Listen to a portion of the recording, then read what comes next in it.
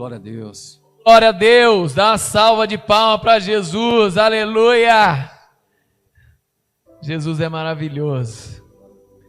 Jesus é o eterno Rei.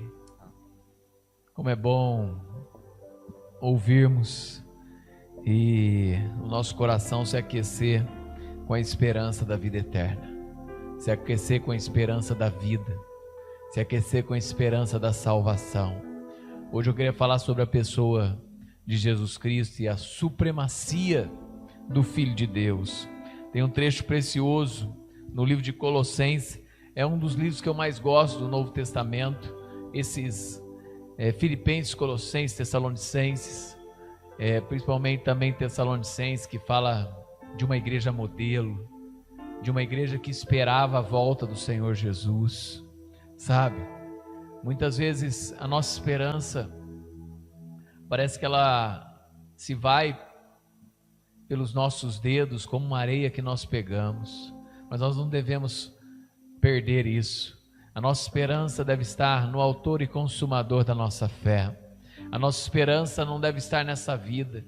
Como o próprio apóstolo Paulo fala, se a nossa esperança está somente nessa vida, nós somos os mais medíocres dos seres humanos.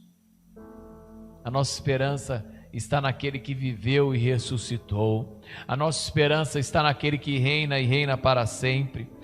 No capítulo 1 de Colossenses, a partir do verso 15, diz assim: o qual é a imagem do Deus invisível, o primogênito de toda a criação, porque nele foram feitas todas as coisas, ou em outra tradução, criadas todas as coisas, as no céu e na terra, visíveis e invisíveis, sejam tronos, sejam dominações, sejam principados, sejam potestades, tudo foi criado por ele e para ele. E ele é antes de todas as coisas, e todas as coisas subsistem por ele, e ele é o cabeça do corpo da igreja, é o princípio e o primogênito dentre os mortos, para quem tudo tem a primogenitura e a preeminência, porque foi do agrado do Pai que toda a plenitude nele habitasse, e que, havendo por ele feito a paz, pelo sangue da sua cruz, por meio dele reconciliasse consigo mesmo todas as coisas, tanto as que estão na terra como as que estão nos céus. A vós também, que noutro tempo erais estranhos e inimigos no entendimento pelas vossas obras más, agora contudo vos reconciliou no corpo da sua carne, pela morte, para perante ele vos apresentar santos, irrepreensíveis e inculpáveis, se na verdade permanecerdes fundados e firmes na fé, e não vos moverdes da esperança do evangelho, que tendes ouvido, o qual foi pregado a toda criatura que há debaixo do céu, e do qual eu, Paulo, estou feito ministro. Senhor Jesus, nós queremos nesta hora orar e pedir que o Senhor fale conosco através da tua palavra. Que o Senhor, de maneira preciosa, toque os nossos corações, Pai, e nos ajude a entender a supremacia do Senhor, em nome de Jesus, amém. Anteriormente, a palavra de Deus fala: ele nos tirou do império ou da potestade das trevas e nos transportou para o reino do Filho do seu amor. Aqui comunica essa ideia de salvação, né? Nos resgatando da tirania das trevas. Nós estávamos em trevas fomos achados, e ele nos tirou de todo o lamaçal do pecado e nos levou, nos transportou. É interessante que inclui um resgate, né? Ele nos tirando, ele nos achando que nós sozinhos não conseguiríamos. Eu sozinho não conseguiria sair do pecado. ou caminhar para a luz.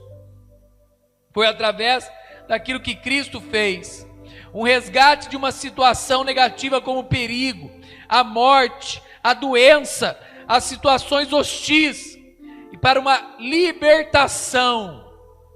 Esse resgate é interessante que ele inclui uma libertação atual e também futura, libertações consumadas no mundo que está por vir.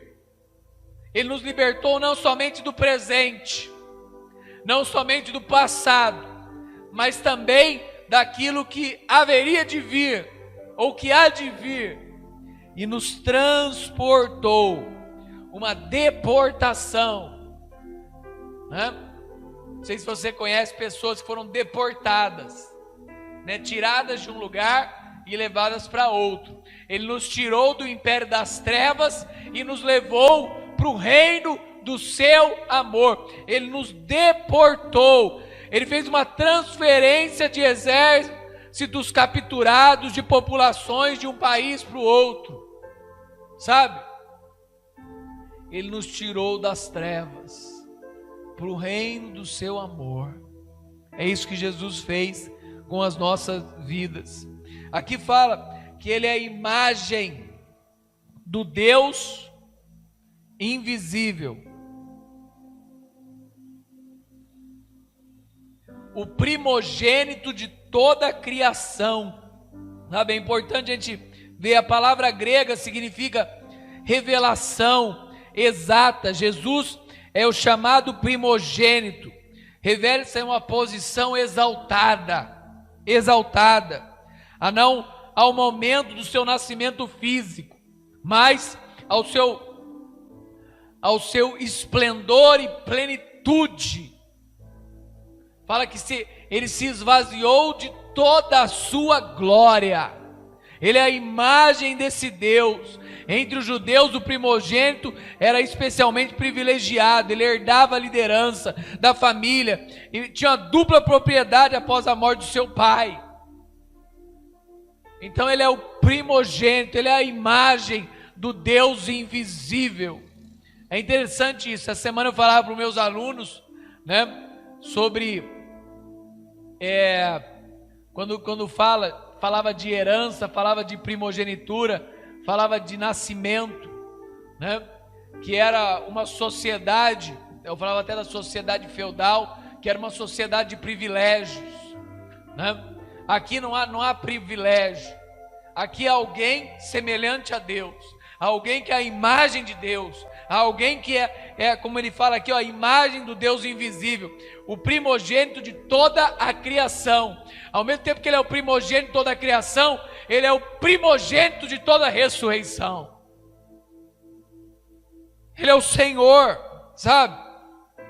É interessante nós fazermos isso, essa transferência que ele fez, nos tirando do império das trevas e nos levando para a sua luz. De toda a criação é uma fundação, um estabelecimento, uma instituição, uma formação. A palavra aqui, o ato de criar, quando produto do ato criativo, a salvação da pessoa está de uma nova criação. Quando ele fala, ele é o primogênito de toda a criação, né? Ele está falando que não é só da primeira criação, não é só da criação do homem, mas também da segunda criação, quando ele nos dá essa nova criação. Olha o que fala em 2 Coríntios 5,17.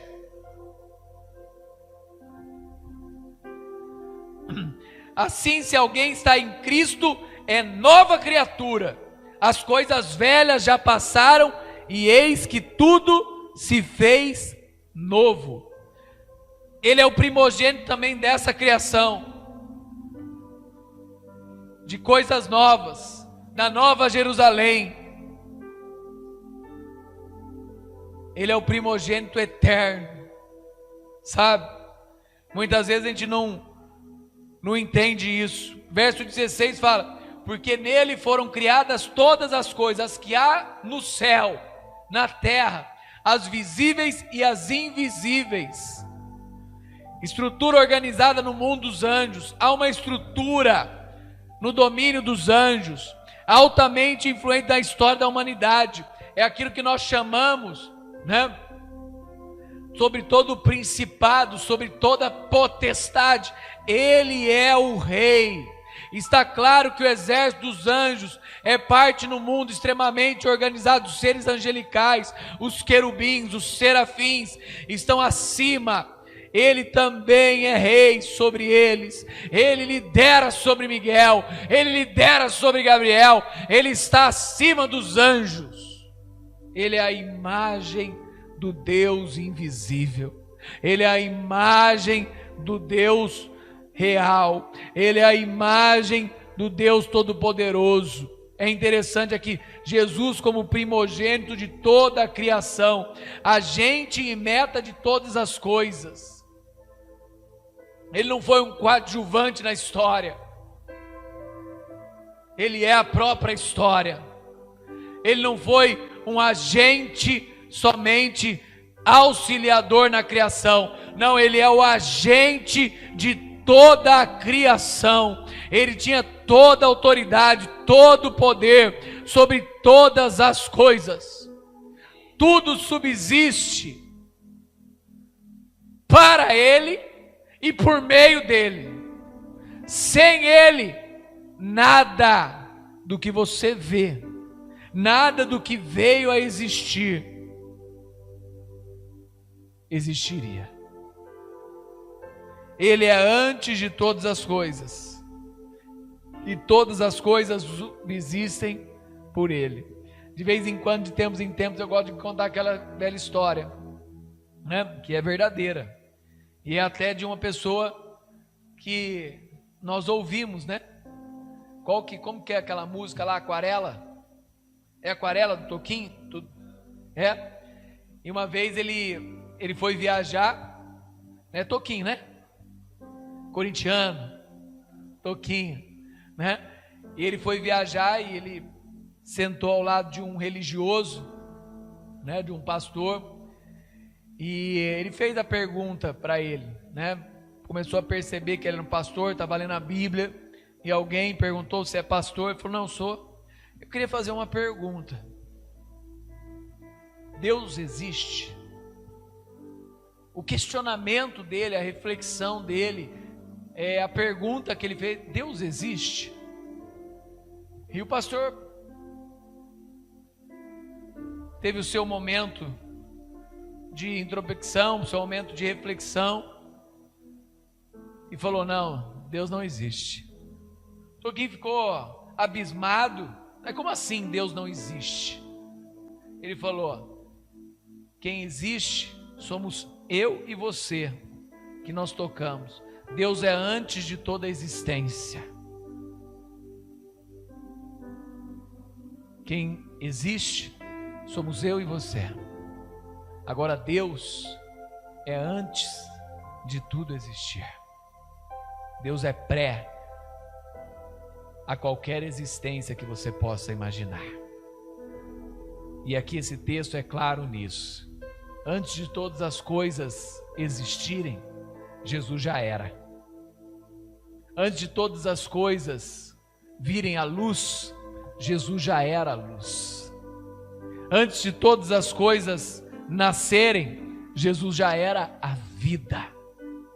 Antes de todas as coisas terem uma continuidade, Jesus já estava presente. Ele era o Verbo que se fez carne, que habitou entre nós, a luz do mundo. É interessante nós pensarmos e refletirmos sobre isso. O verso 18 continua falando: Ele é o cabeça do corpo da igreja, Ele é o princípio e a primogenitura dentre os mortos, para que em tudo tenham a preeminência. É interessante nós pensarmos desse modo, né? Que tudo subsiste, tudo fica ou se mantém por causa de Cristo, porque Ele existe, porque Ele está presente. E fala que a Deus, olha o próximo verbo, porque foi do agrado de Deus que toda a plenitude nele habitasse. Esse termo com vários significados é um termo técnico, que muitas vezes nós não entendemos, mas que aqui a soma total dos atributos divinos reside em Cristo, para mostrar o seu único e incontestável papel de mediador. Toda a glória reside em Cristo. Por isso, quando nós falamos que Deus entregou o seu Filho unigênito, para que todo aquele que nele crê não pereça, mas tenha vida eterna, Deus entregou o seu tudo para alcançar o seu coração. Jesus é tudo. Tudo estava nele. A ele pertence todas as coisas. E ele fala que quando ele colocar todas as coisas debaixo dos seus pés, ele dará toda a glória a Deus e entregará a ele, porque a Deus pertence toda a autoridade. Mesmo tendo tudo, sendo tudo, ele é submisso ao Senhor. Sabe? Tem gente que não tem nada e acha que é tudo. Tem gente que não é nada e se acha o tal. Jesus se fez humilde, sendo tudo. Se esvaziou de toda a sua glória e habitou entre nós. O unigênito Filho de Deus. Entregue o seu coração para Jesus. Entregue a sua vida completamente a Ele. Entregue a Cristo, porque foi do agrado do Pai que nele habitasse toda a plenitude, havendo por Ele feito a paz. Através da sua morte e do seu sangue, Deus trouxe paz novamente a esta terra. Através da sua entrega, por meio dele reconciliasse consigo todas as coisas. Quando nós falamos, o mundo está difícil, as coisas estão difíceis, a corrupção humana cada vez está pior, em outros tempos também estava, mas Deus continua fazendo a sua obra, e esse verso 20 fala claramente isso.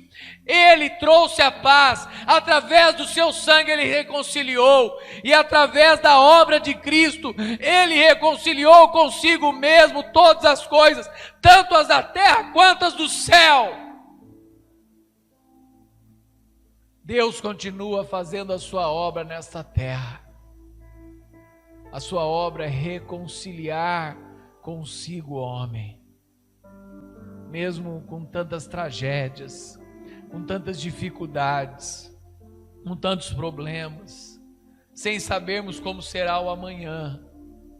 Uma coisa é certa: Deus continua fazendo a sua obra, e o amanhã daqueles que creem em Jesus será um amanhã de luz, será um amanhã de paz, será um amanhã de graça, será um amanhã de esperança, será um amanhã de vida e de verdade. Creia em Cristo, creia no Senhor. Antes nós éramos inimigos, ao verso 21, inimigos do entendimento, inimigos por causa das nossas obras más. Contudo, Ele nos reconciliou no corpo da sua carne pela morte, para nos apresentar santos, irrepreensíveis e inculpáveis perante o Pai. Só Deus, para fazer de nós pessoas sem culpa, para fazer de nós pessoas santas, para fazer de nós pessoas que não merecem repreensão, irrepreensíveis. Que Deus te dê graça, que Deus encontre um coração quebrantado na sua vida, que você possa viver para Ele. A esperança, a única esperança para esse mundo, para essa terra, para a minha vida e para a sua vida, é Jesus Cristo. É Jesus Cristo. Senhor Deus, cuida do nosso coração, Pai. Ajuda-nos a entender a Tua palavra. Ajuda-nos a termos fé e esperança naquele que vive e naquele que reina eternamente. Aquele que é supremo, o Filho de Deus. Derrama o teu Espírito sobre nós, Pai. Renova a nossa vida em uma vida de paz, uma vida de esperança, uma vida do teu agrado. Como do mesmo modo que o Senhor se agradou que em Cristo residisse toda a plenitude. Pai, se agrade que em nós possamos ter o seu Filho, Pai. Só pedimos isso esta noite. Que seja do seu agrado que o seu Filho habite no nosso coração. Que seja do teu agrado que o seu Filho resida nas nossas vidas. Em nome de Jesus. Amém.